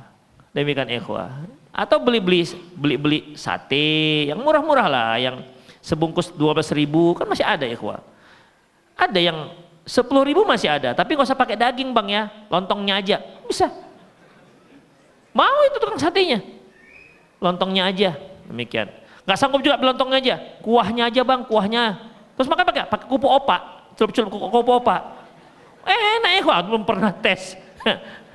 Saya dulu gitu. Gak bisa beli kuahnya aja, celup-celup opak, enak ikhwah. Itu dia. Dunia itu kalau kita isi dengan kasih sayang semuanya enak ikhwah. Apapun gak menjadi enak kalau isinya adalah kemarahan. Itu dia. Ya, baik. Jadi misalnya ajak dia apa? Jalan pagi misalnya, gitu-gitulah. Apa yang kira-kira dia suka, yang gak pakai modal. Dan juga yang yang mubah lakukan. Rasulullah kan pernah lomba lari dengan Aisyah radhiyallahu anha. Ya kan? Beliau lomba lari. Ketika beliau bersama pasukan, beliau pergi bersama pasukan, Aisyah ikut, lantas Rasulullah mengatakan, kalian pergi duluan. Pergilah pasukan keluar. Lantas Rasulullah ajak Aisyah lomba lari. Di awal-awal Aisyah masih slim dia. Masih langsing. Di situ Rasulullah sudah mulai gemuk. Lomba lari dengan Aisyah, kalah Rasulullah. Udah. Tak berapa lama kemudian, sekian tahun kemudian, ada kesempatan lagi lomba lari. Demikian, ada kesempatan lomba lari lagi. Aisyah, kita lomba lari lagi. Waktu itu Aisyah sudah gemuk. Mama kan begitu ikhwah. Mama itu kalau bahagia ikhwah. Kalau bahagia dia, air putih pun jadi lemak. Tahu tuh? Iya. Minum air putih jadi lemak. Tapi kalau nggak bahagia, antum sediakan lemak-lemak jenuh itu, nggak gemuk-gemuk, kurus saja. Demikian. Apalagi kalau dia dengar antum mau kawin lagi, langsung itu nggak pakai program diet, langsung slim dia. Itu ikhwah. Jadi dalam masalah ini, kali ini Rasulullah kalah, Aisyah kalah, karena dia sudah gemuk. Apa kata Rasulullah? Ini pembalasan untuk yang itu. Oh iya ya, Aisyah sudah lupa, senang. Nah, itu tinggal antum kalau mau seperti ini, lomba lari. Istri antum suka nggak main lomba lari? Tanya dia suka apa olahraganya. Kalau pingpong, nggak ada pingpong. Allahu Akbar, meja makan disingkirkan dulu tuh, singkirkan dulu makanan-makanannya. Taruh triplek tengah-tengah atau batu bata, main dateng. Demikian ikhwah.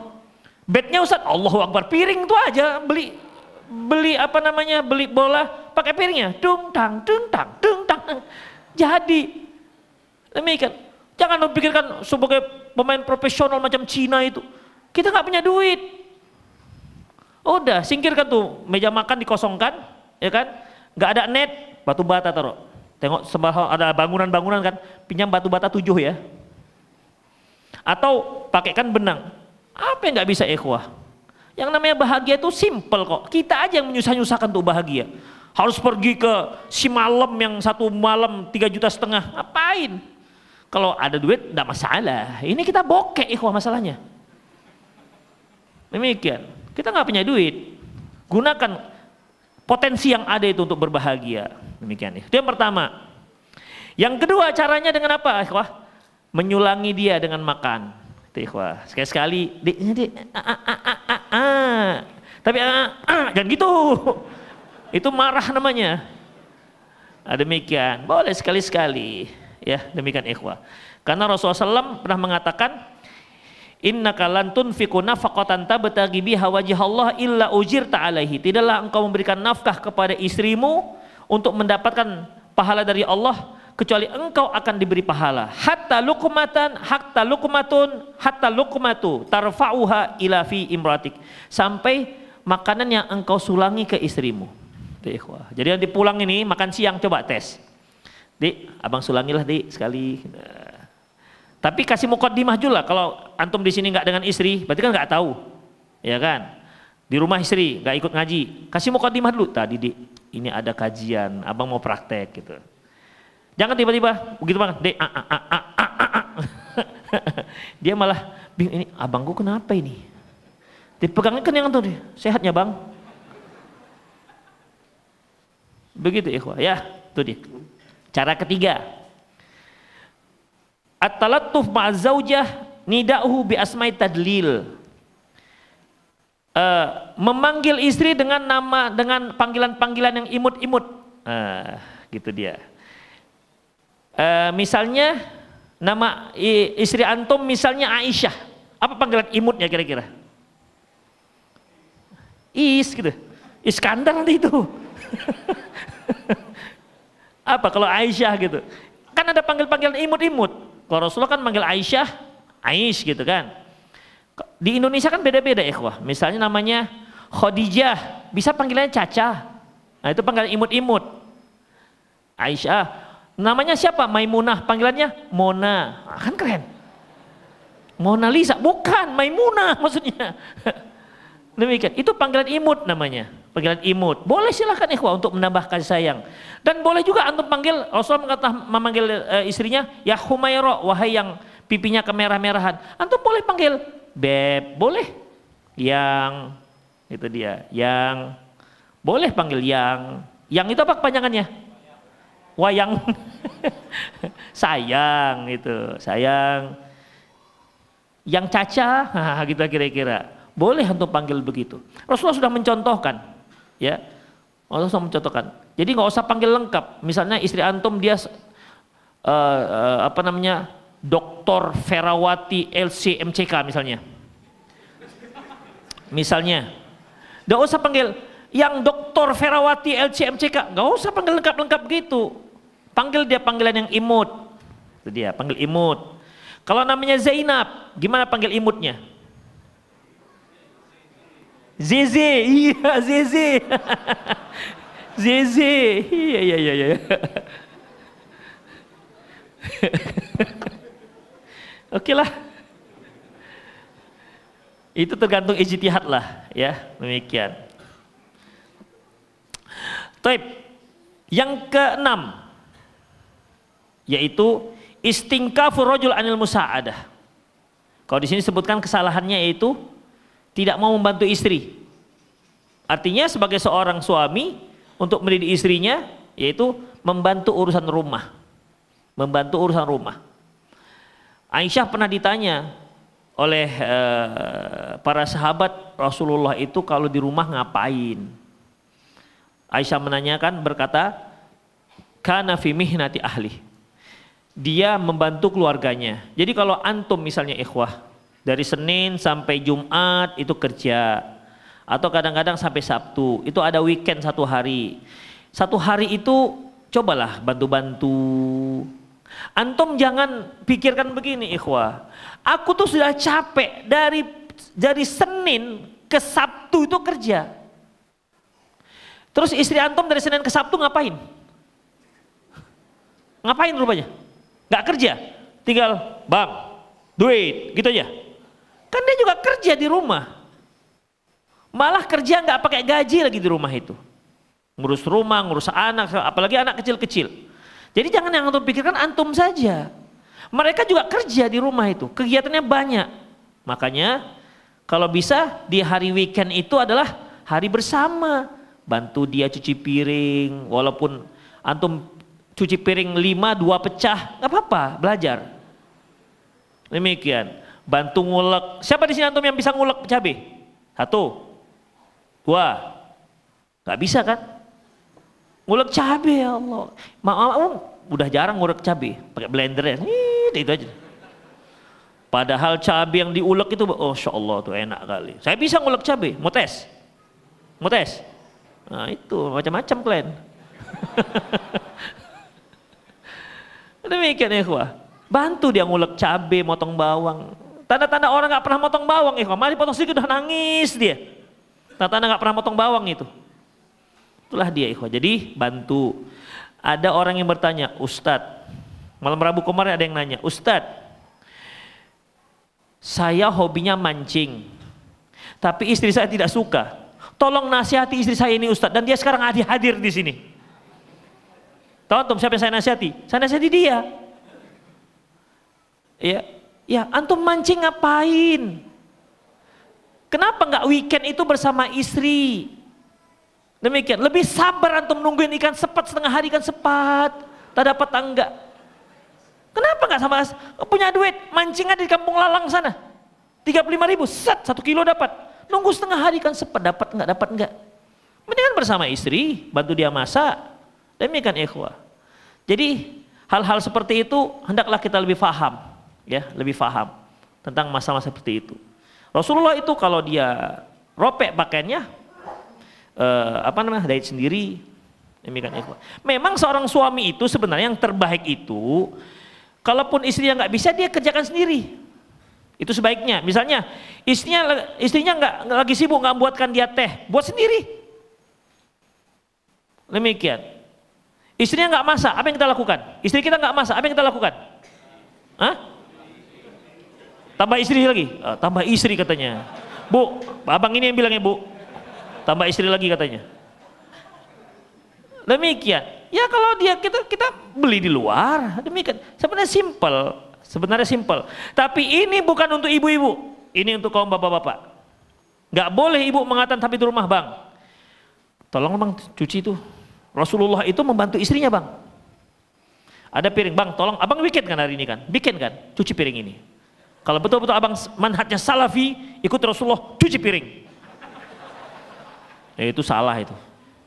Itu bukan, ini dalil bukan untuk istri, ini dalil untuk para suami. Istri nggak boleh seperti itu. Kenapa? Itu tugas dia sebenarnya. Tugas dia.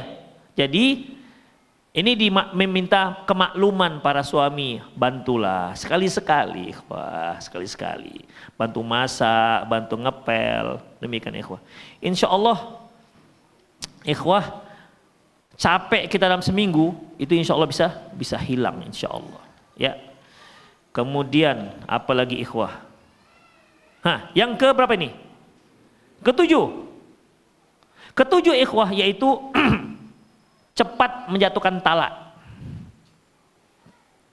Cepat menjatuhkan talak, dikit-dikit talak. Berapa banyak ikhwah? Ini kajian kita nggak ada tanya jawab ya. Karena pasti panjang kalau ada yang tanya jawab ini. Kita materi aja udah hari ini. Udah, yaitu suka mudah menjatuhkan talak. Ikhwah, saya menghadapi berapa banyak kasus talak tuh nggak tahu suami berapa talaknya. Kadang-kadang istri, Ustadz saya mau tanya, apa itu? Suami saya sudah mentalak saya, berapa? Nggak tahu lah Ustadz. Kalau menurut saya sih 7 atau 6. Kalau menurut suami saya enggak, Bu. Kalau menurut saya enggak, Ustadz, cuma 2. Tuh bayangkan, 7 ke 2 itu kan beda jauh kali. Antara 7 ke 2. Demikian ikhwah, jadi itulah dia. Ya, tidak dikit-dikit talak, dikit-dikit talak. Talak itu boleh, tapi ada aturannya ikhwah rahimanallah wa iyyakum. Ya.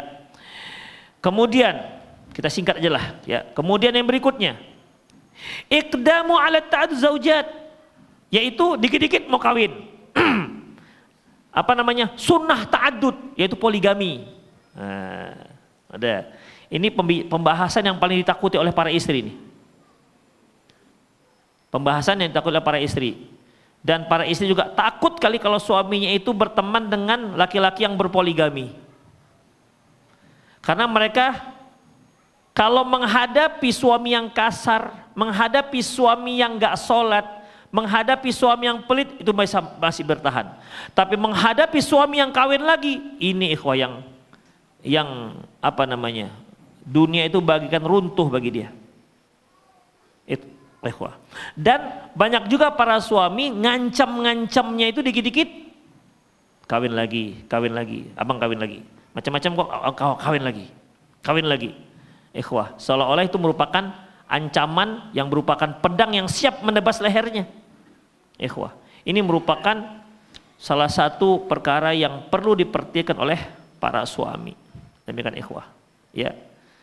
Kemudian yang terakhir, dha'ful ghirah, tidak adanya cemburu. Suami tidak punya kecemburuan. Ya, suami tidak punya kecemburuan. Istrinya pergi dengan kawan-kawannya dari pagi sampai sore, terserah, nggak apa-apa. Dijemput oleh laki-laki, nggak apa-apa, nggak ada cemburu. Rasulullah SAW mengatakan bahwasanya suami yang lemah rasa cemburu atau tidak ada secemburunya itu tidak akan mencium bau surga. Istrinya keluar rumah tak pakai jilbab, tak masalah. Demikian, ya. Bahkan berapa banyak para suami itu dia suka kalau istrinya itu berpenampilan seksi di hadapan orang ramai. Kenapa? Jadi terlihat menarik. Demikian ikhwah. Ini adanya suami-suami yang tidak punya sifat cemburu. Itu ikhwah. Yang ke-10 yaitu suami yang suka menceritakan aib sang istri. Oleh karena ikhwah, kita hindari ini semua. Jadi yang pertama tadi apa? Ikhwah, coba cari. Yang pertama apa tadi? Kesalahannya. Tidak mengajarkan istri agama Islam.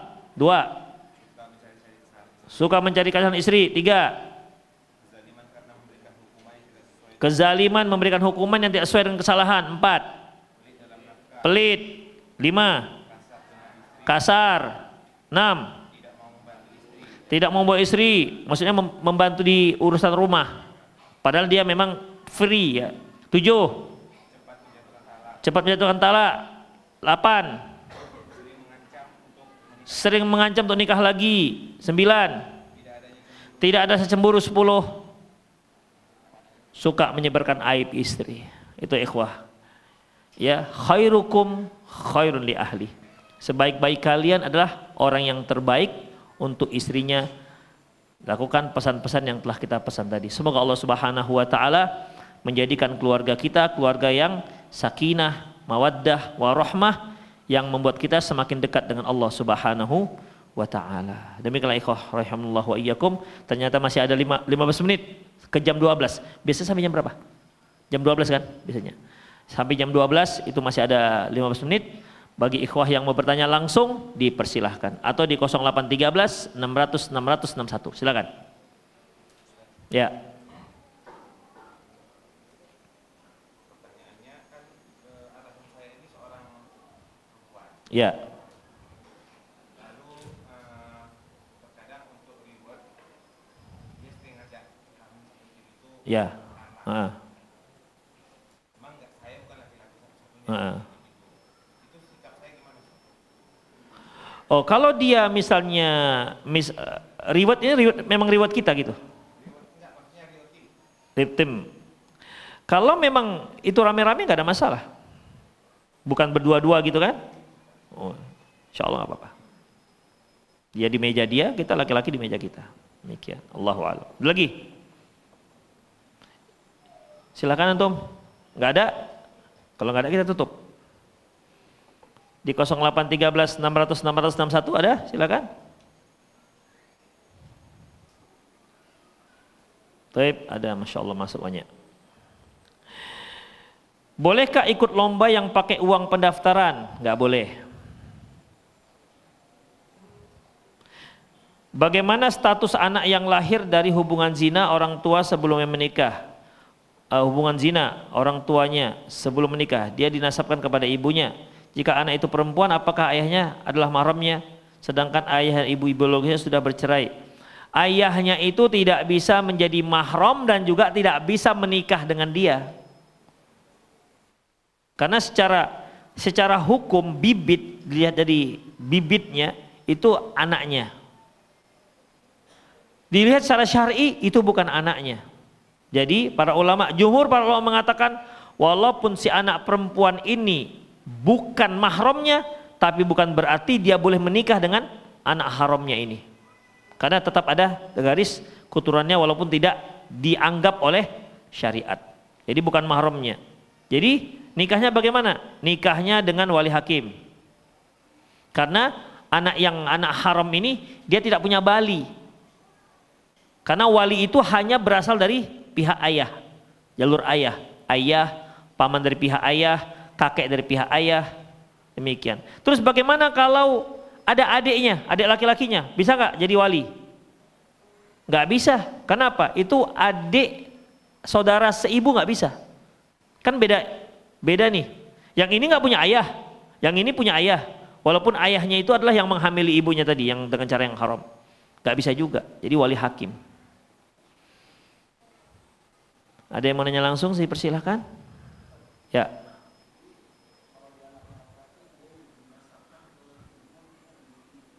Ya, bin lah, nggak pakai binti. Misalnya ibunya Aisyah, Abdullah bin Aisyah. Ya. Sebenarnya nikah pun nggak sebutkan binnya juga nggak apa-apa, nggak masalah. Kitanya yang banyak kali uloknya kadang-kadang.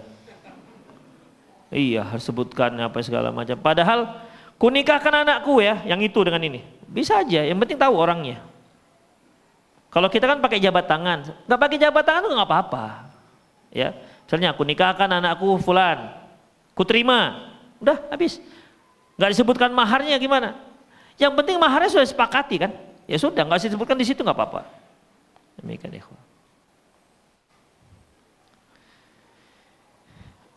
Mohon yang bertanya agak dipersingkat ya pertanyaannya.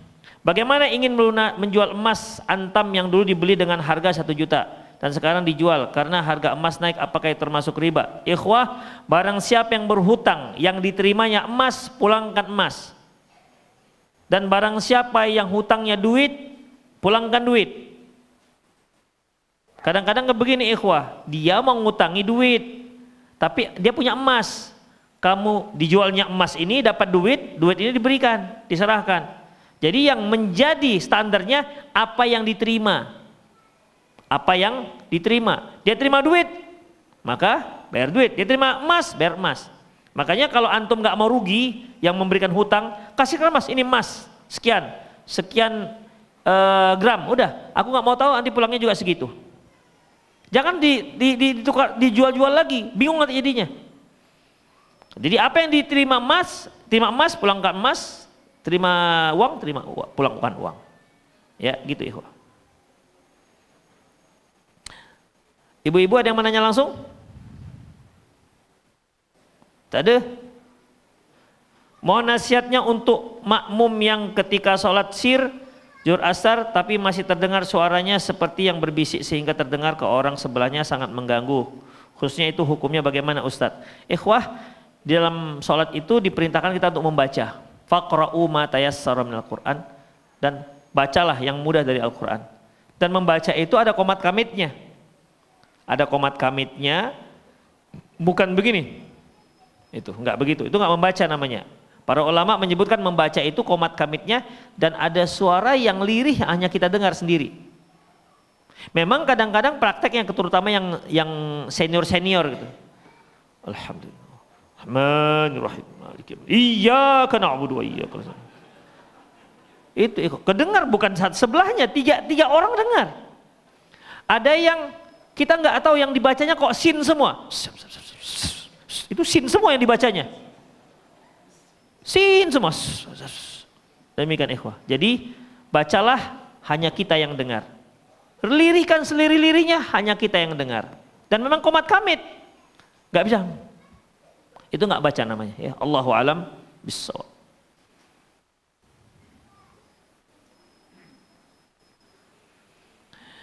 Selanjutnya, Ustadz, tentang saya bekerja di perusahaan yang sudah diterima gaji. Selain pekerjaan tersebut ada uang tips yang diberikan kepada semua tim, tapi saya tidak terima uang tersebut. Tapi mereka sering memberi makan pribadi masing-masing mereka ke saya, bolehkah saya terima? Ikhwah, kalau yang terpenting tips itu adalah tips yang memang sudah diketahui oleh perusahaan, itu sudah diberikan kepada perusahaan. Adapun kalau antum menerima personal jangan terima, suruh kasihkan ke perusahaan, karena kita sudah digaji.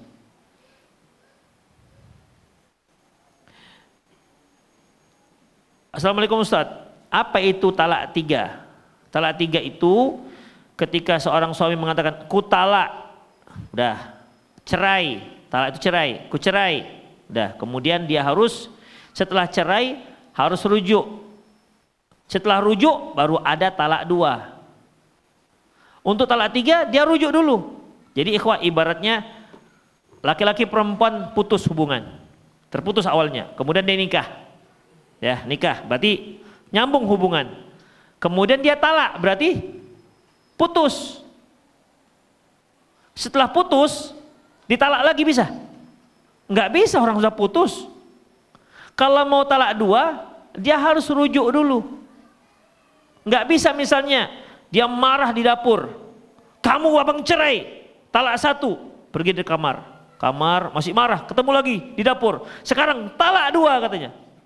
Enggak bisa, orang belum rujuk tiba-tiba talak 2. Pergi lagi dia, masih marah, nampak lagi, hoi sekarang talak 3 ya. Enggak bisa begitu. Jadi dia harus rujuk dulu baru ada talak 2. Makanya ikhwah, pada zaman Rasulullah, pada zaman Khalifah Abu Bakar, talak 3 sekaligus itu yang jatuh hanya 1. Talak 3 yang jatuh itu hanya 1. Dia katakan, ku talak kamu talak 3, maka yang jatuh hanya 1, tidak 3 talak. Ya. Kecuali pada zaman Umar bin Khattab. Karena banyaknya para suami mempermainkan talak, jadi beliau hukumkan talak 3 itu dia 3 talak. Mana yang lebih baik, orang tua yang sudah kenal sedikit sunnah tapi masih ikut perwiritan karena lingkungan, dibandingkan dengan orang tua yang memang malas untuk ikut kegiatan agama di lingkungan? Wah, nggak usah orang tua lah yang kita koreksi, kita aja lah. Ya, Kita aja yang kita koreksi, orang tua ya gimana? Kita hanya bisa memberikan pengarahan. Yang penting kitanya ikhwah, koreksi kita aja. Bagaimana sikap kita kepada mereka? Kalau yang terbaik Allahu a'lam. Bolehkah mendoakan non muslim cepat sembuh apabila dia sakit, mengucapkan hati-hati di jalan? Boleh, nggak ada masalah. Kalau sekedar hanya itu. Karena bisa saja ini sebagai wasilah dia masuk Islam. Kenapa dilihatnya? Bagus orang ini kok, mendoakannya bagus, hati-hati di jalan, TTJ ya, TTJ misalnya, ya, apa namanya, semoga cepat sembuh, gak ada masalah. Doa-doa seperti ini. Ustadz, nanti kalau dia cepat sembuh, nanti dia mensekutukan Allah Subhanahu Wa Taala, ya kan? Biarkan aja dia sakit, biar nggak nyembah-nyembah lagi Nabi Isa itu. Ikhwah nggak seperti itu. Kalau seperti itu konsepnya, antum nggak boleh jualan ke dia, nggak boleh beli sarapan. Ibu kafir? Iya. Kristen? Maaf, kami tidak memberikan sarapan ini kepada mereka. Kenapa? Nanti kalau saya berikan kepada ibu, ibu nanti kuat, kemudian ibu nanti mensekutukan Allah. Jadi nggak usah. Nah, konsepnya nggak seperti itu, ikhwah. Ya, itu konsep yang keliru. Boleh kita jual beli dengan orang kafir, karena kita tidak terlibat langsung dalam perbuatan kesyirikannya. Ustadz, bagaimana mensikapi suami yang kurang menjaga pandangannya? Sikap pertama yaitu istri, cobalah dandan sedikit agak cantik depan suami. Demikian, ya. Buat agak tebal sedikit tuh bedaknya. Beli parfum. Kan ada, kalau uang belanja kurang, kan ada parfum-parfumnya 10.000 itu kan, refill itu. 10.000, itu Masya Allah, kalau masih 1 menit masih wangi dia. Menit kedua baru hilang deh, menit kedua hilang wanginya. Namanya murah, pakai ikhwah. Demikian, ya. Karena begitulah dia, laki-laki ini karena dia di luar rumah ikhwah, di rumah banyak yang dia lihatnya. Makanya bagi seorang istri dia dandan, pertama ikhwah, dandan itu sudah naluri seorang wanita. Makanya nenek-nenek pun dandan. Makanya nenek-nenek itu kalau dia dandan bagus, dibilang, ih nenek kok cantik ya hari ini, itu senang dia. Pada nenek-nenek. Nenek ada yang cantik ikhwah? Hah? Ada juga ya. Oh ya udahlah kalau gitu. Demikian. Sudah naluri dia, ditambah lagi kalau ini dilakukan untuk ibadah kepada Allah Subhanahu wa taala. Karena Rasulullah katakan seorang wanita yang baik itulah tasurruhu idzan nazar, yaitu menyenangkan dia ketika dia melihatnya. Menyenangkan itu bisa dikarenakan penampilannya, bisa dikarenakan akhlaknya dan lain-lainnya. Ya, itu dia. Allahu a'lam bissawab. Dan kemudian nasihatilah dia. Nasihati. Apakah suami yang berselingkuh dan dia sudah berzina berkali-kali dengan wanita itu pantas untuk dipertahankan? Sementara dia tak mau sholat, tidak mau mengajarkan ilmu agama, suka minum-minum. Apakah suami seperti ini pantas untuk dipertahankan? Tidak.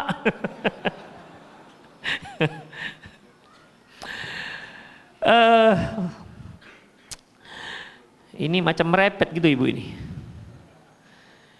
Begini ikhwah rahimallahu wa iyyakum. Ada dosa itu sebenarnya kan itu tanggung jawab sang suami.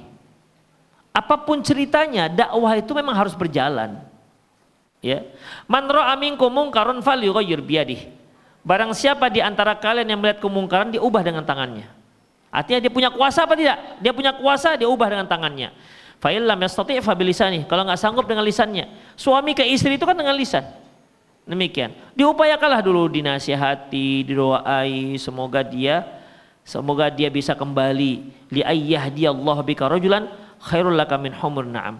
Sungguh engkau, Allah memberi hidayah kepada seseorang melalui dirimu, itu lebih baik ketimbang unta merah. Upaya dakwah dahulu sebelum minta ini dan minta itu, apalagi minta cerai. Karena bercerai itu ikhwah konsekuensinya banyak, terutama pada anak-anak, begitu ikhwah. Ya, jadi tetap dakwah dulu diutamakan, baru kemudian berikutnya ya mana yang terbaik. Allahu a'lam bishawab. Satu lagi. Ustadz, apa hukum ritual upah-upah? Upah-upah itu kan yang ini kan untuk mulakton di tubadan itu kan, ya, mulakton di tubadan untuk mengembalikan semangat. itu biasanya satu tampah yang isinya ada makanan, nasi putih, ada telur ayam, telur rebus, ada ayamnya, ada udangnya, ada ikannya. Dan di Indonesia yang begitu-begitu itu ada simbolnya. Kenapa udang? Kenapa udang pilihannya? Kenapa nggak belut? Ya kan? Kenapa udang? Antum mendeling. Katanya udang itu selalu berkelompok. Jadi dia selalu ikut bersama koloninya, bersama kaumnya, nggak menyendiri. Demikian. Jadi saya pernah dengar itu ada simbolis itu, ikhwah. Ikhwah azallahu wa iyyakum. Simbolis ini saya khawatir jatuh pada khurafat. Kenapa? Untuk menjadi orang yang baik itu tidak dengan makan ini. Seperti misalnya kalau kita orang Jawa, ketika sudah menikah kemudian datang lagi sang suami, maka suami harus pijak telur. Setelah itu si istrilah yang membasuh telur yang sudah belepot, kaki yang sudah belepotan dengan telur itu dibasuh oleh istri supaya istri jadi istri yang setia. Ikhwah, untuk menjadi istri yang setia ngapain pijak telur? Tidak ada hubungannya pijak telur dengan istri setia. Kita belikan 12 telur pijak-pijak dengan suaminya itu. Dibelepotkan di kakinya, dicuci oleh istri semua, bukan hanya telapak kaki, dari mulai betis dicucinya. Itu tidak akan berpengaruh pada setia nggak setianya, karena setia itu merupakan satu akhlak yang diberikan, yang diajarkan oleh keluarga. Demikian juga yang ini, ikhwah. Ya. Jadi kalau kita mau supaya orang ini bisa berbaur dengan cara yang terbaik, ya diajarkan dia bagaimana bermasyarakat. Itu bukan makan udang. Saya khawatir malah alergi dia nanti. Alergi udang. Demikian. Dan juga bukan, saya lupa kalau ikan itu apa simbolnya? Hah? Ikan mas, harus ikan mas kan? Enggak, ikan lele enggak bisa ya? Enggak bisa. Mungkin ikan lele itu karena lincah kali mungkin ya. Demikian. Itu ikhwah. Jadi dalam Islam enggak dibolehkan. Itu semua masuk pada khurafat. Allahu a'lam bishawab. Tapi ikhwah, itu saja kajian kita, semoga bermanfaat. Aku qouli hadza wa astaghfirullah li wa lakum wal muslimin innahu wal ghafurur rahim. Subhanakallah wa bihamdik asyhadu an la ilaha illa anta astaghfiruka wa atubu ilaik. Wa akhiru da'wana alhamdulillahirabbil alamin. Assalamualaikum warahmatullahi wabarakatuh.